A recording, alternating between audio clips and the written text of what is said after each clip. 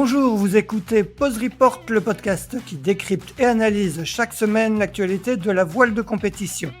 Pause Report est produit par Sailors, le média des professionnels et des passionnés de voile de compétition. Sailors, ce sont 2 newsletters hebdomadaires en français et en anglais, des podcasts, un studio de production de contenu, une conférence annuelle sur la voile de compétition Sailors Connect, ainsi qu'un festival du film, le Sailors Film Festival, que vous pouvez retrouver sur sailors.com. Je suis Axel Capron et je vous souhaite la bienvenue dans Pause Report. Bonjour à tous et bienvenue dans le 247e épisode de Pause Report, le podcast de Sailors qui décrypte, analyse et décortique l'actualité de la voile de compétition sous toutes ses coutures en compagnie des meilleurs experts. Nous sommes le mardi 19 mai, il est 9h50 et nous sommes ravis de recevoir deux toutes fraîches médaillées mondiales de voile olympique. La première a remporté samedi dernier son 3e titre mondial en kite à Viana do Castelo au Portugal. Elle est également vice-championne olympique en titre de kite-foil. Il s'agit bien évidemment de Lauriane Nolo qui est rentrée chez elle du côté de hier. Salut Lauriane. Salut Axel, ça va? Ouais, ça va très bien. La seconde qui compte également une médaille olympique à son actif, le bronze en 4,70 à Tokyo, a terminé dimanche 2e des championnats du monde de Nacra 17 avec Tim Mourniac, une compétition qui s'est disputée à la maison en baie de Quiberon. Il s'agit d'Aloïse Retornaz. Salut Aloïse, qui est restée du côté de Quiberon d'ailleurs. Salut Aloïse. Salut Axel. Mesdames, félicitations d'abord pour ces 2 belles médailles qui couronnent une semaine pleine pour la voile olympique française, qui s'est distinguée avec 3 autres top 10 sur ces 2 compétitions, puisque Lisa Caval a pris la 6e place des mondiaux de kitefoil. 6e place également pour Manon Père et Amélie Rioux en 49er FX à Quiberon, tandis que le duo Erwan Fischer, Clément Péquin a terminé 8e en 49er. Dans ces 2 séries, les titres sont revenus aux Norvégiennes Pia Andersen, Nora Edland, et aux Néo-Zélandais Seb Menzies, George Lee Rush, tandis qu'en Nacra 17, les champions du monde en titre, les Italiens Gianluigi Ugolini et Maria Giubilei, c'est difficile à dire, ont enchaîné un 2e titre de suite. Voilà pour ce rapide rappel des résultats de ces 2 mondiaux. Mesdames, avant de revenir avec vous dans le détail de vos semaines respectives, j'ai envie de vous demander quel regard vous portez l'une comme l'autre sur vos performances respectives. On va commencer avec toi, Aloïse. Quel est ton regard sur le 3e titre mondial de Lauriane? On est vraiment impressionnés, on était tous derrière elle. C'est vrai qu'on regardait beaucoup les résultats cette semaine. On était au taquet à Quiberon pour regarder comment ça se passait au Portugal pour les kites. Et c'est clair qu'on est toujours impressionné des résultats de Lolo. Elle défonce tout le monde, elle est trop forte. Donc franchement, on était hyper contents pour elle. On était sur la plage à Cagliari il y a quelques mois pour regarder sa 2e place et là voir qu'elle décroche le titre, c'était hyper beau. On était hyper contents pour elle et puis hyper fiers de l'avoir dans notre équipe de France. Bon, le lendemain, on voit Lauriane qui fait un grand sourire, un grand cœur à Aloïse. Le lendemain, c'est donc vous, Aloïse et Tim, qui avez pris la 2e place aux mondiaux de Nacra 17 à Quiberon. Lauriane, quel est toi ton regard sur cette magnifique médaille d'argent? Pour moi, c'est un résultat qui est encore plus beau que le mien, je pense. Parce que vraiment, Alo et Tim, ça fait, qu'1 an qu'ils sont ensemble et clairement, je pense que directement, on a tous vu l'énorme potentiel qu'il y avait en eux et honnêtement, de sortir là une 2e place, aux mondiaux, franchement, en plus, ils méritaient la première, moi, à mon avis, mais bon, c'est comme ça. Mais non, c'était ouf. Déjà, leur finale, elle a été, juste après mes finales, donc c'était sympa de moi, j'étais toujours un peu dans l'ambiance, Worlds, compétition et tout, donc dès le lendemain, le matin, j'ai envoyé des messages à Aloïse, «Tu la plus belle, t'es la plus forte, tu vas y arriver, je t'aime trop». J'essayais de lui donner un peu toute l'énergie positive que j'avais moi à ce moment-là et voilà, je pense qu'ils font une superbe 2e place. Les images là de leur arrivée et tout, moi ça m'a mis des frissons, hein. Toutes les images là qui ont tourné sur les réseaux, vraiment c'était magique. C'est tellement de monde, drapeau breton, drapeau français, tout le monde qui hurle, enfin je pense que enfin j'espère en tout cas, ça avait l'air d'être un super moment, pour eux et j'espère qu'ils vont bien, bien fêter ça. Ouais, effectivement, il y avait des très belles images. On va revenir, tout à l'heure a avec Aloïs sur l'ambiance de ces mondiaux de Quiberon qui avait l'air d'être, plutôt très sympa. Avant ça, on va revenir avec vous sur votre semaine. Racontez-nous d'abord comment, vous aviez préparé, ce rendez-vous, hein. C'était pour, l'une comme l'autre, l'objectif, prioritaire, de la saison et dans quel état d'esprit, vous arriviez? On va continuer avec toi, Lauriane. Tu avais, toi, remporté la semaine de Palma et la semaine olympique française à hier. Comment tu t'étais préparé pour ces mondiaux au Portugal? Tu étais arrivé tôt sur place. Raconte-nous un peu comment tu t'es préparé, quel était un peu ton état d'esprit avant d'attaquer la compétition. Ouais, bah, l'état d'esprit déjà, il était, excellent je pense, parce que comme on vient de le dire, j'ai remporté, Palma, et enchaîné la SOF juste derrière, pareil avec une victoire et la SOF elle était, peut-être, 3 semaines avant le début de mes mondiaux donc c'était hyper serré. Même pas 3 semaines, 2 semaines Ouais. et mais ça m'a permis quand même d'arriver sur un mondial, vraiment boosté, à mort quoi. Forcément là, ces 2 victoires-là m'ont vraiment donné confiance en moi et donc non, je suis arrivée, 1 semaine avant la compétition à Viana, di Castello, parce que j'avais entendu quand même qu'on pouvait avoir des sacrées conditions, de vent et de vagues.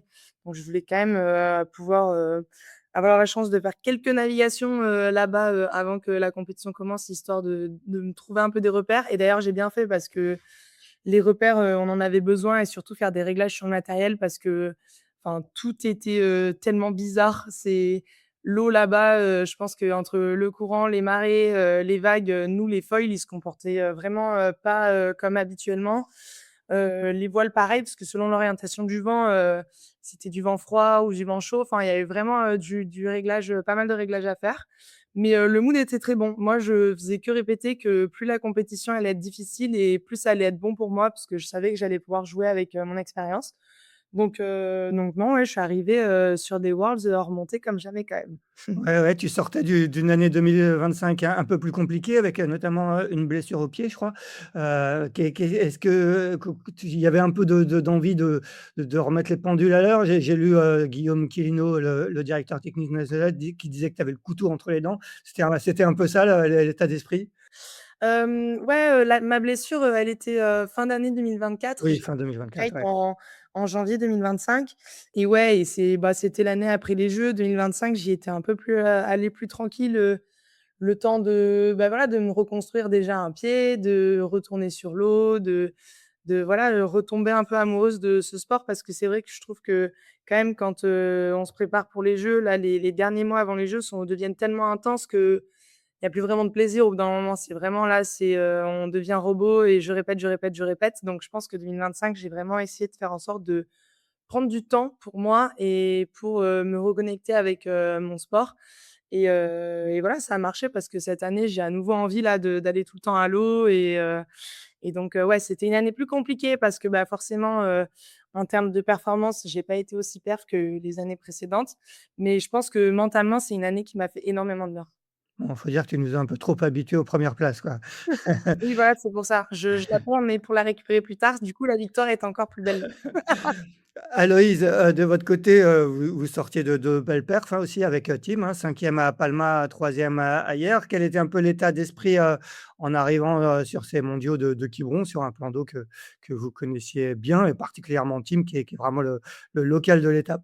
Ouais, mais on est arrivé à Quiberon hyper boosté, exactement le même programme que Lauriane, donc finalement, assez peu de temps de préparation sur le plan d'eau du mondial, hein, parce qu'on avait eu 2 régates, au mois d'avril et on est arrivé une petite dizaine de jours avant le début des mondiaux à Quiberon, mais avec, l'avantage, d'avoir le local de l'étape, Tim qui connaissait le plan d'eau par cœur, donc on avait aussi cette confiance-là et aussi l'an dernier, on a passé un petit peu de temps à Quiberon, à s'entraîner l'été dernier, donc on n'avait pas trop de stress, sur le plan d'eau. Mais par contre, ce qui a été hyper fort, c'était vraiment, l'enchaînement de ces compétitions, en avril. On était vraiment dans un flot, de régatiers, quoi. Ça communiquait bien à bord.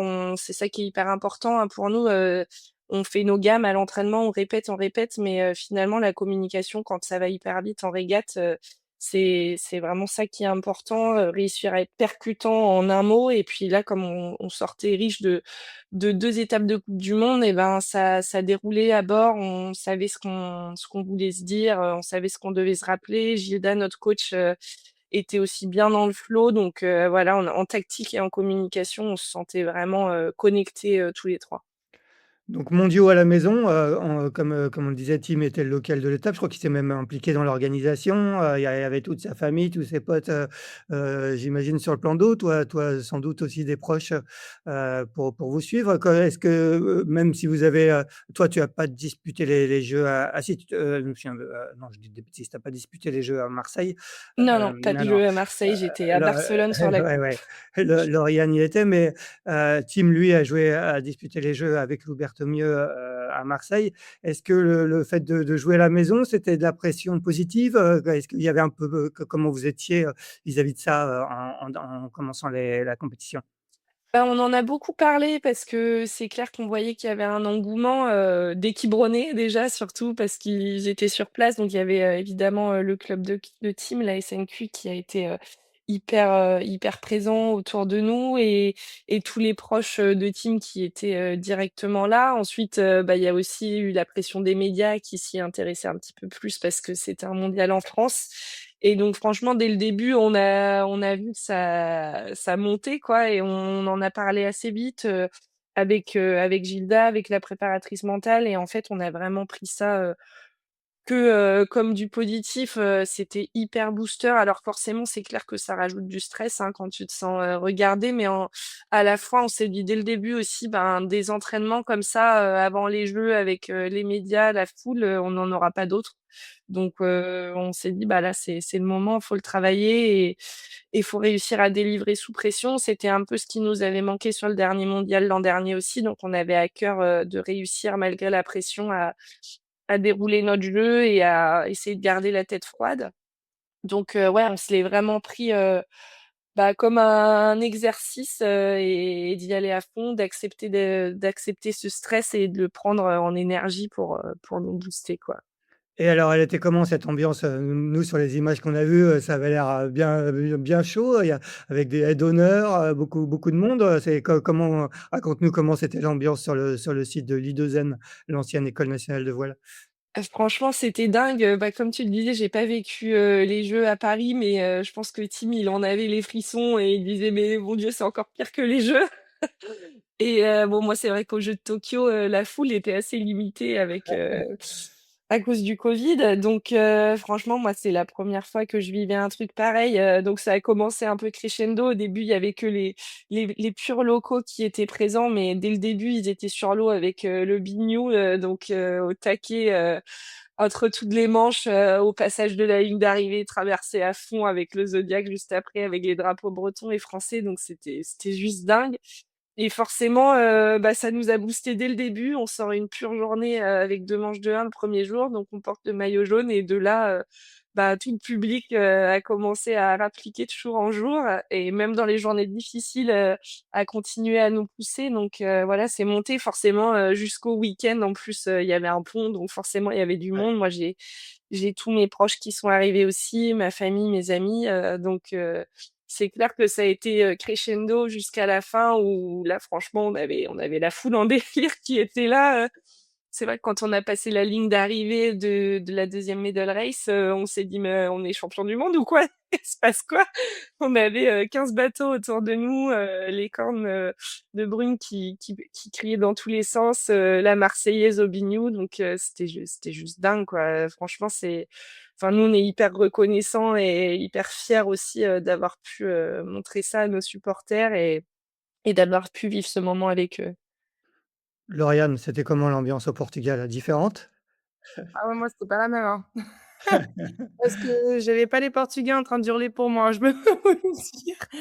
Non, nous, moi, j'ai la chance quand même qu'on a une belle équipe de kite, française donc si j'avais quand même, tous les Français, qui étaient là pour moi et surtout, ben, on avait le drapeau français, qui attendait sagement sur le bateau coach, que j'arrive à sortir la petite perf donc quand, j'ai gagné cette manche et que j'ai vu J'ai vu Tonio, mon coach, sortir le gros drapeau français là, sur le bateau. Franchement, ça fait toujours quelque chose donc non, moi j'ai eu beaucoup d'émotions, sur l'eau en rentrant à terre, je pense que c'était vraiment différent de Aloïs parce que forcément, bah, je suis pas en France mais non, j'ai vraiment, savouré, avec émotion, avec les Français, ouais, cette victoire. Bon, parlons maintenant de la compétition, rentrons un petit peu dans le détail. Est-ce que tu peux nous raconter un peu comment se sont passées, les qualifications? On a l'impression que très vite, il y a eu un mano à mano qui s'est très vite installé entre toi et la championne du monde en titre, Jessie Kampmann, qui, on le rappelle, Plus en titre du coup. oui, qui n'est plus, oui, qui était la championne du monde en titre, tu as raison de le corriger, qui portait donc les couleurs de l'équipe de France jusqu'en 2024. Et je vous invite d'ailleurs à écouter l'épisode de notre podcast Navigante qui lui est consacré. À vous 2, je crois que vous remportez, 13 des 16 manches courues. C'est un que raconte-nous un peu comment tu as vécu, ces qualifications?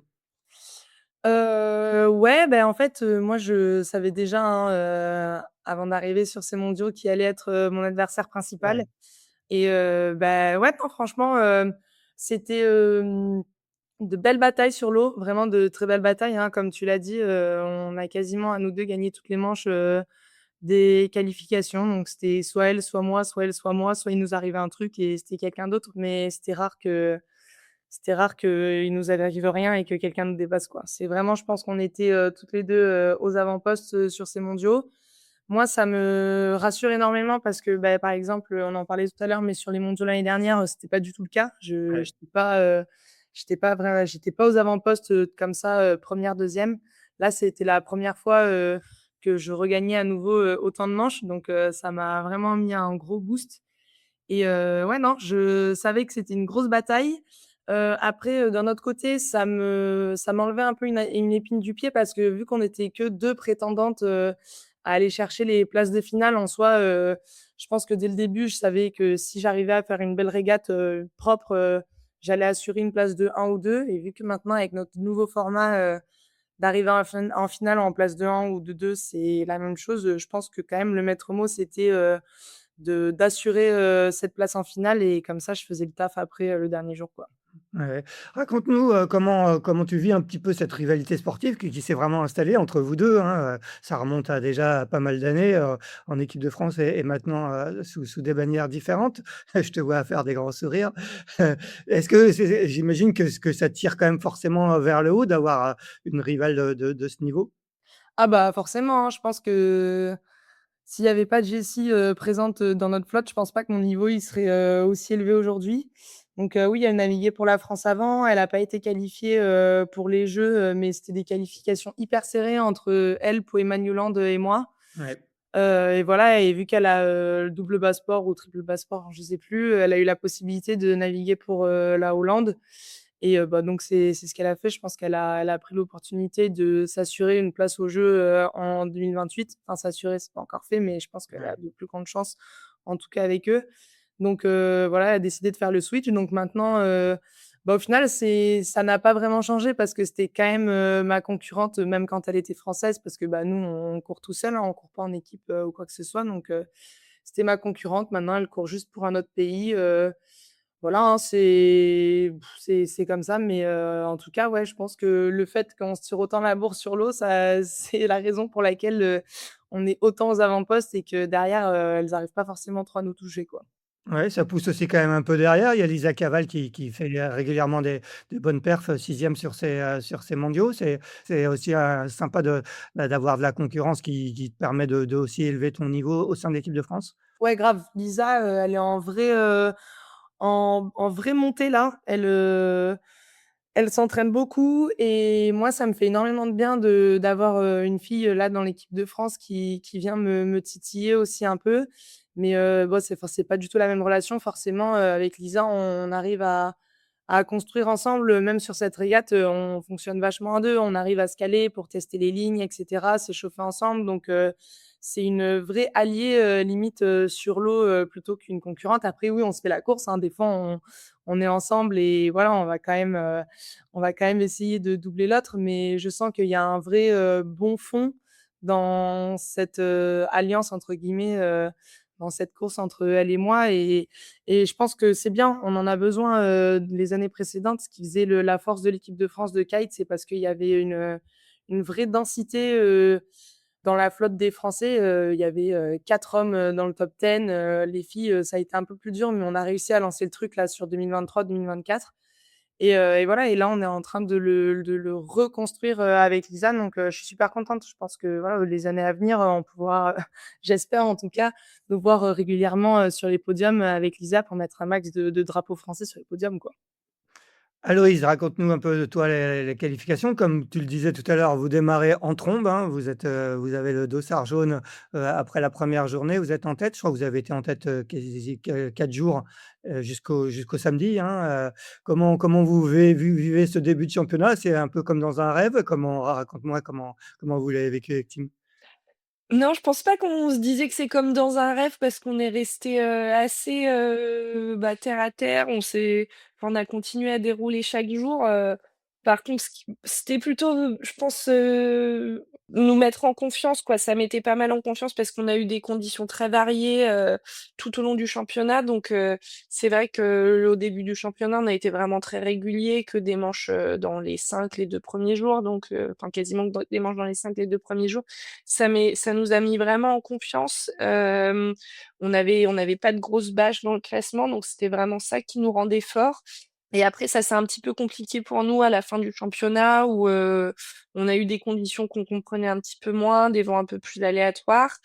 Et du coup, ça nous laissait un petit peu l'opportunité de faire des erreurs qu'on n'avait pas encore fait. Donc, on se disait, bon, les autres ont tous déjà fait des grosses boulettes, nous, on n'en a pas fait. Donc, voilà, on continue, on reste concentré. Et je pense qu'on s'est pas trop enflammé avec notre maillot jaune. C'était plutôt une super fierté par rapport aux supporters qui nous entouraient. Mais par contre, en termes de stress de navigation, ça nous en a pas forcément apporté.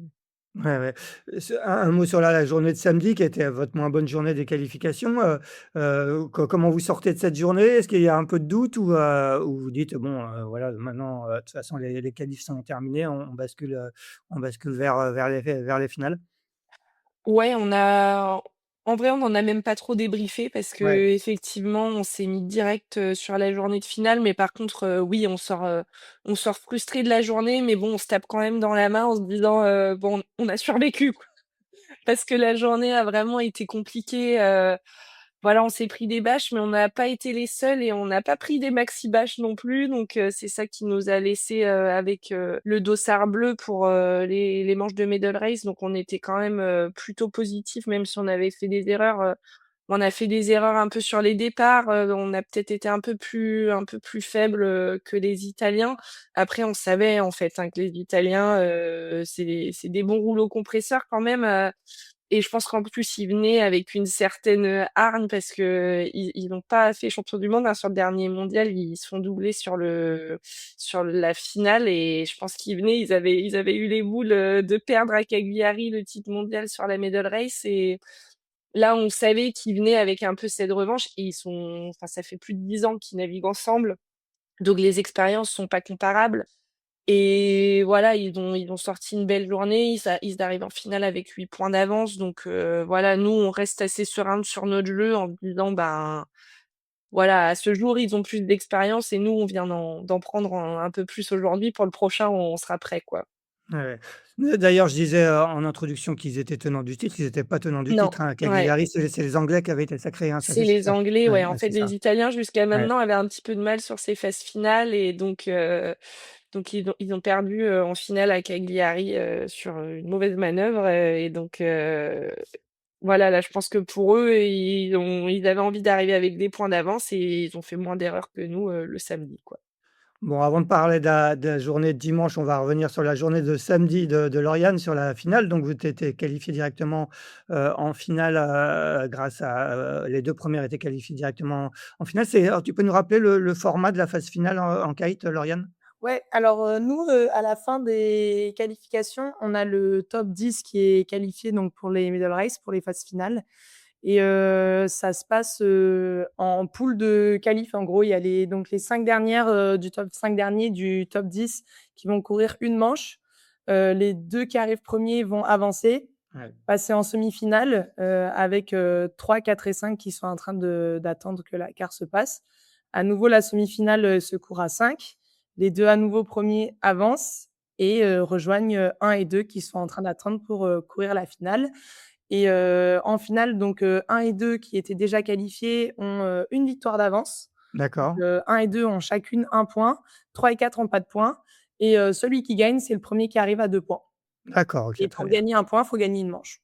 Ah En oui, gros, d'accord. voilà donc moi clairement l'objectif c'était, je fais une manche, je la gagne et comme ça c'est bon, c'est Et plié. c'est bâché, ouais, ouais. J'ai lu que tu disais que tu étais particulièrement assez stressé avant, avant cette manche, pas tu étais stressé pourquoi et ça se matérialise comment, chez toi le stress?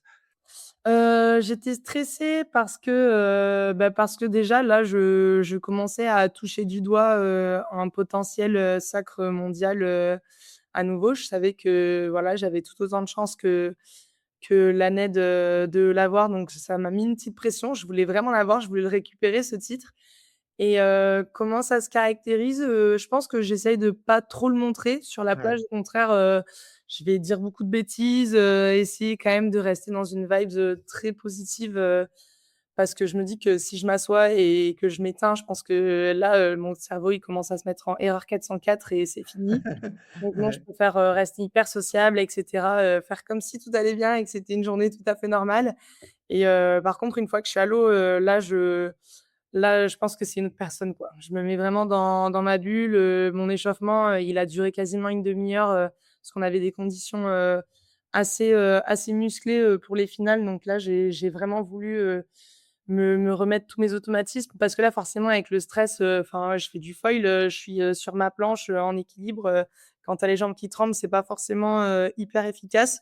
Donc j'essaye de m'échauffer au mieux pour que ce soit, limite mon corps automatiquement qui fasse le taf pour moi, quoi, que j'ai plus besoin de trop y réfléchir et voilà, beaucoup échangé avec les coachs. Une fois encore, Lisa, elle était là parce que, elle venait de courir sa semi-finale. Malheureusement, elle avait pas été dans les 2 premiers, mais elle est restée sur l'eau pour, que je puisse échanger avec elle. Elle m'a donné un peu les feedbacks, de elle, ce qu'elle a vu, sur sa manche et cetera. Elle m'a aidé à tester la ligne. Enfin, voilà, j'étais bien entourée donc non, après, voilà, ce stress, faut réussir à le transformer en bonne énergie. C'est du bon stress, en vrai. C'est pas du stress qui me rend mal, mais c'est du stress où je me dis, «Je suis à ça d'être world champ, j'ai envie d'aller le chercher, quoi» et je me dis, «Faut vraiment que je mette tout en place pour la gagner, cette manche». Et c'était quoi du coup la stratégie? Tu avais une stratégie, j'imagine bien en tête? Non, j'avais pas forcément Ouais, de stratégie parce que, bah, le fait que je quand on court les finales, il y a déjà donc toutes les quarts, donc il y a 2 quarts et 2 semis qui sont passés avant. Donc, il y a déjà, 4 manches qui ont été courues et moi j'étais à l'eau, tout le long de ces manches et j'ai vraiment beaucoup observé ce qui se passait et c'était la roulette russe, quoi. C'était ouais. droite, gauche, départ bâbord, départ tribord. Il se passait un peu tout et n'importe quoi. Parce qu'ils nous ont mis, hyper proche de la plage, sous une digue, donc le vent a été, assez joueur. Mais, du coup, non, moi, mon objectif, c'était, vraiment que tous mes radars soient au taquet là, bien ouverts sur ce qui se passait et je me suis dit: «Tu te fais confiance, quoi. Dès que tu sens un truc, bam, tu vas le chercher». Et le but aussi, c'était, bah, de voir ce que Jessie allait faire, quoi. Mon seul but, c'était de rester, à ses côtés, tout le long et voilà et sur ma manche, j'arrive à faire un beau start où je pars bien lancée et après je pense que, là où j'ai gagné, comparé à Jessie, c'est que je pense qu'elle, elle était tellement focalisée sur moi qu'elle a pas forcément vu que, bah, il fallait taquer pour aller chercher la bouée, elle est partie, hors ley line quoi, elle a fait un hors cadre Ouais. et moi, alors que moi, justement, j'ai réussi à attaquer et à me faufiler, sous Jessie sur le sur l'américaine, pardon et la suisse et c'était vraiment hyper serré. Je pense que je suis passée à 1 ou 2 mètres, de la suisse donc c'est vraiment passé à un cheveu mais j'étais vraiment contente de ce move là et je me suis dit: «Là, je pense que c'était le move gagnant, dont j'avais besoin». Et après Jessie, en essayant de rattraper son hors cadre, a essayé de vraiment accélérer et d'aller vite et celle-là, elle a perdu le contrôle de son foil et elle est tombée et donc bah, à partir de ce moment-là, moi, je savais qu'il fallait juste que je contrôle les fils derrière, mais qu'en soi, elle avait pas forcément trop de elles avaient pas vraiment les capacités de me rattraper donc Ouais. après j'ai voulu assurer jusqu'à la fin, quoi. Ouais, justement, quand tu vois sa chute, là, tu te dis: «Bon, il y a maintenant, voilà, je contrôle, tout, je fais pas d'erreur». Est-ce qu'il y a eu un est-ce que tu as eu le temps de réaliser, ou est-ce qu'on est tellement dans l'action qu'on réalise pas forcément et qu'on reste focus sur ça? J'ai réalisé que quand, je suis arrivée à la top marque et que Ah du ouais, coup, je suis partie pour, le downwind, le portant et que, bah, là, j'ai vu qu'elle est à peine elle repartait donc j'ai compris elle venait de tomber et non, là, oui, je réalise que ma finale, bah, au lieu d'être à 220 je peux me remettre à 95 et là, le seul but, c'est de faire clean, jusqu'à la fin, quoi. Parce que le scénario, qui nous était arrivé l'année dernière, aux Worlds, c'est que moi, pendant la finale, j'étais tombée. Donc, ça aurait pu être, victoire easy dès la première manche pour, Jessie et au final, elle est tombée elle aussi derrière ouais, et ouais. moi, je me suis dit, «Là, c'est hors de question que je fasse, la même chose» parce que, là, il y avait pas de raison que je tombe ou quoi que ce soit, fallait juste que c'est forcément, il y a de l'excitation qui monte et cetera, tu te dis, «Oh là là, là, c'est» mais il faut faire hyper attention à ça parce que justement, à un peu commencer à partir, à droite à gauche, je pense que ça peut faire en sorte que ça parte au tapis très rapidement donc non, je suis restée, vraiment concentrée jusqu'à la ligne d'arrivée. 3e titre mondial après 2023 et 2024, tu le places où, dans la hiérarchie, de tes titres? C'est le best. C'est le best? Ouais. Ouais, non, vraiment, je pense que c'est une des victoires qui m'a émotionnellement, le plus marquée, quoi. Je sais que 2023 quand j'ai gagné, bah, c'est forcément mon premier titre. En plus, c'était des Super Worlds à Den Haag, il y avait tout le monde. Mais, il m'avait pas autant j'avais un peu la certitude de gagner, donc je pense que c'était pas autant, excitant que là, quand, jusqu'à la fin, bah, je me bats pour, le titre, quoi. Je pense que quand vraiment on y met, tout son cœur, toute son âme là, la victoire, elle est d'autant plus belle et 2024, c'est en vrai, c'était une des très bons mondiaux aussi parce que c'était à la maison. Donc c'était un peu comme, à Ouais. l'eau, là, à Quiberon, moi, c'était à Hyères, donc il y avait ma famille et cetera. Donc très, très bon moment, mais je pense que là, à ce moment-là, mon esprit était déjà beaucoup trop occupé par, les jeux olympiques. Ouais. C'était, 3-4 mois après. Et non, celui-là vraiment, je pense que c'est la première fois que je pleurniche autant, après un titre mondial. Donc non, je pense que c'est celui-là le numéro 1. Bon, la patronne est de retour. Ouais. Aloïse, parlons de votre finale à vous, donc dimanche dernier. Je crois que le format, je crois qu'il a changé. Jusqu'ici, vous aviez une medal race, finale qui comptait double. Cette fois-ci, c'est de 2 manches, qui comptent, une manche chacune. Ça change quoi ce format? Ouais, bah, écoute, déjà, ça change, un petit peu, en compréhension pour nous, pour vous, parce que c'est clair que, bon, là, on est encore en année de test, en fait. Ils cherchent, vraiment le format pour les Jeux. C'est quasiment sûr qu'on aura, 2 finales comme ça aux Jeux, 2 medal race. On sait juste pas encore comment les points seront recalculés avant la medal race parce que là, faut savoir qu'on avait quand même un calcul différent de points entre les 49ers, les 49ers FX et les NACRA.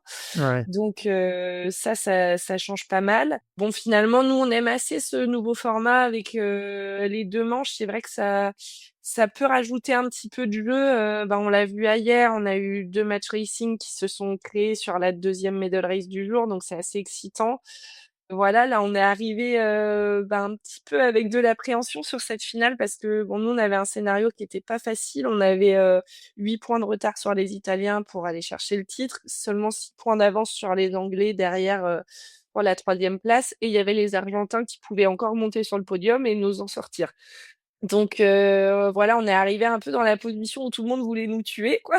Donc c'était pas simple, sachant on craignait pas mal vu que l'Italien avait déjà, était déjà venu nous chercher les 2 jours d'avance sur les départs, un peu sur des situations de blocage. On était quasiment sûrs qu'ils allaient venir nous chercher en match racing, dès la première medal race, donc faire un 1 contre 1, pour nous faire, des manches de 9 et de 10e, qui eux leur auraient assuré, le titre mondial Ouais. et nous, du coup, nous auraient mis mal, pour un podium. Donc voilà, on s'est vraiment préparé à ça avec, Tim et Wilda, pour, bah, réfléchir un petit peu à tous les scénarios, où on allait se placer sur la ligne et je pense enfin, nous, on était vraiment dans un scénario où on voulait pas faire de match racing parce que c'était important pour nous. On savait que si on faisait une première manche dans les 6, on assurait une médaille.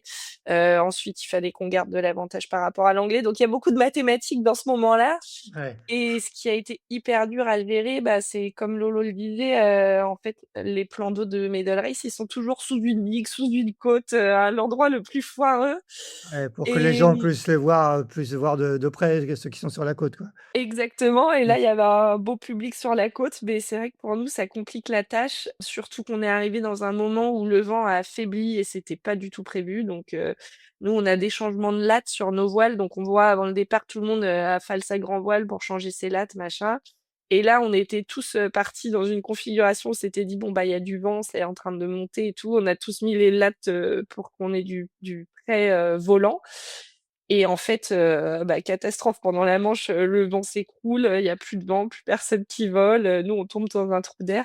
Donc c'était des conditions qui étaient vraiment, hyper stressantes et comme nous on voulait pas faire ce match race, on était plutôt dans une position voilà, on fait notre course, nous on veut rentrer une bonne manche et c'est tout quoi. Et on a super bien joué, on a réussi à avoir une position de défense qui était vraiment intéressante parce que l'italien pouvait pas trop venir nous chercher, on se protégeait avec d'autres bateaux donc voilà, on a un petit peu géré ça, comme ça, en essayant de se protéger et de garder un œil sur l'anglais, quoi. Donc avant la dernière manche, vous êtes à portée de fusil encore Ouais, de des l'anglais. Anglais, c'est ça? Ouais, comment du Ouais. coup, comment vous avez négocié un peu cette dernière manche? C'était là, pour le coup, c'était plus du marquage vis-à-vis d'eux? Alors c'était du marquage vis-à-vis d'eux, mais la manche d'avant, elle a vraiment été compliquée. Je le disais, on est tombé dans un trou d'air alors Ouais. qu'on était 3e de la manche et que les Italiens qui étaient, derniers avec les Anglais quasiment, ils se retrouvent dans une risée magique et et ils reviennent sur nous, quoi. Donc là, c'était vraiment dur mentalement, mais bon, on a essayé de se dire: «Bon, ben, OK, on a raté un coup, mais on n'a pas eu de bol non plus, donc voilà, on continue à dérouler notre jeu, là, le vent est tellement foireux qu'il faut aussi se concentrer sur notre bateau à nous et pas faire que regarder les autres». Donc on a fait le premier tour, vraiment en se concentrant sur nous et ensuite quand on a vu que voilà, l'anglais était derrière, que de toute façon, on n'était pas en position de gagner la manche, donc pas en position de mettre assez de points d'écart avec l'italien, là, on est vraiment passé dans un marquage avec l'anglais, quoi.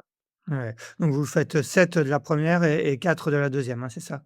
Oh oui, je crois que c'est ça. Je J'en je n'en souviens suis même même pas sûre, ouais. franchement. Non, mais c'est Mais vrai ouais, que j'ai le classement sous c'est les yeux. c'est des manches qui sont hyper Ouais, particulières parce ouais, ouais. qu'en fait, le classement exact de la manche, on regarde pas vraiment. On est plutôt, à notre position par rapport à nos concurrents directs, mais c'est clair que dans le classement général, il y a eu des remontées extraordinaires de certains concurrents qui sont rentrés, 7 ou 8 en finale et qui terminent, 4e, quoi. Donc tout peut se passer pendant ces manches et il faut rester fort dans la tête, pour jouer, son jeu à soi, quoi. Et alors, c'est quoi le sentiment quand vous coupez la ligne, là, vous comprenez que la médaille d'argent est assurée?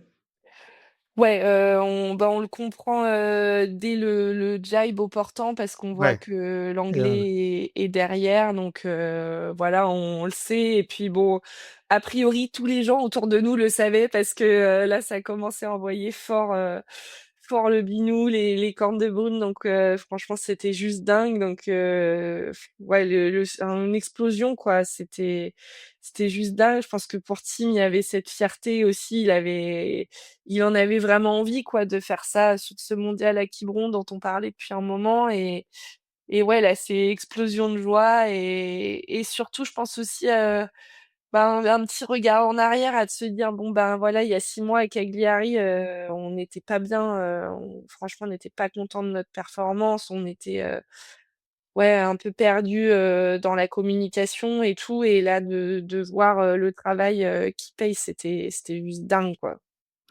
on rappelle, hein, que vous avez formé votre duo, il y a même pas 1 an et demi, que toi, tu étais spécialiste de 4,70 avant. Tu as été championne d'Europe de 4,70, médaillée mondiale et olympique, avec Camille Lecointre.